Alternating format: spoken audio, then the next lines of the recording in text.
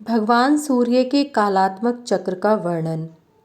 सुमंतु मुनि बोले, राजन, एक बार महातेजस्वी सांब ने अपने पिता भगवान श्री कृष्ण के हाथ में ज्वाला मालाओं से प्रदीप सुदर्शन चक्र को देखकर पूछा, देव, आपके हाथ में यह सूर्य के समान चक्र दिखलाई दे रहा है, यह आपको कैसे प्राप्त हुआ तथा भगवान सूर्य के चक्र को कमल की उपमा कैसे दी गई, इसे आप बताएं।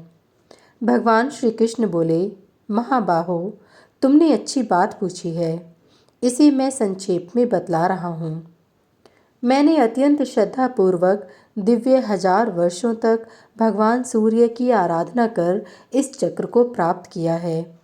भगवान भास्कर आकाश में विचरण करते रहते हैं, जिनके रथ चक्र के नाभि मंडल में चंद्र आदि ग्रह अवस्थित हैं। अरों में 12 आदित्य बतलाए गए हैं। पृथ्वी आदि तत्व मार्ग में पड़ने वाले तत्व हैं। इन तत्वों से यह कालात्मक चक्र व्याप्त है। भगवान सूर्य ने अपने इस चक्र के समान ही दूसरा चक्र मुझे प्रदान किया है। इस कमल रूप चक्र के क्षण दल ही 6 ऋतुएं हैं। कमल के मध्य में जो पुरुष अधिष्ठित है, वे ही भगवान सूर्य हैं। जो भूत, भविष्य तथा वर्तमान 3 काल कहे गए हैं, वे चक्र की 3 नाभियां हैं। 12 महीने अरे तथा पक्ष परिधियां हैं। नेमिया, दक्षिणायन तथा उत्तरायण 2 अयन हैं। नक्षत्र, ग्रह तथा योग आदि भी इसी चक्र में अवस्थित हैं। स्थूल और सूक्ष्म के भेद से यह चक्र सर्वत्र व्याप्त है। दुष्टों का दमन करने के लिए मैंने इस चक्र को आराधना के द्वारा भगवान सूर्य से प्राप्त किया है।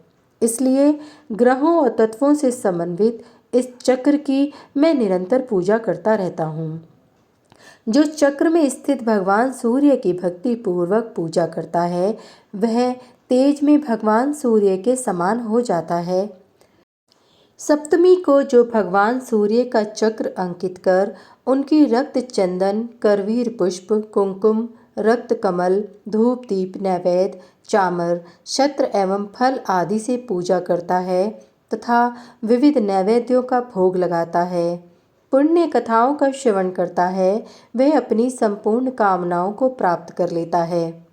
इसी प्रकार जो संक्रांति तथा ग्रहण आदि में चक्र की पूजा करता है, उसके ऊपर सभी ग्रह प्रसन्न हो जाते हैं। वह संपूर्ण रोगों और दुखों से रहित हो जाता है तथा समस्त ऐश्वर्यों से युक्त होकर चिरंजीवी होता है।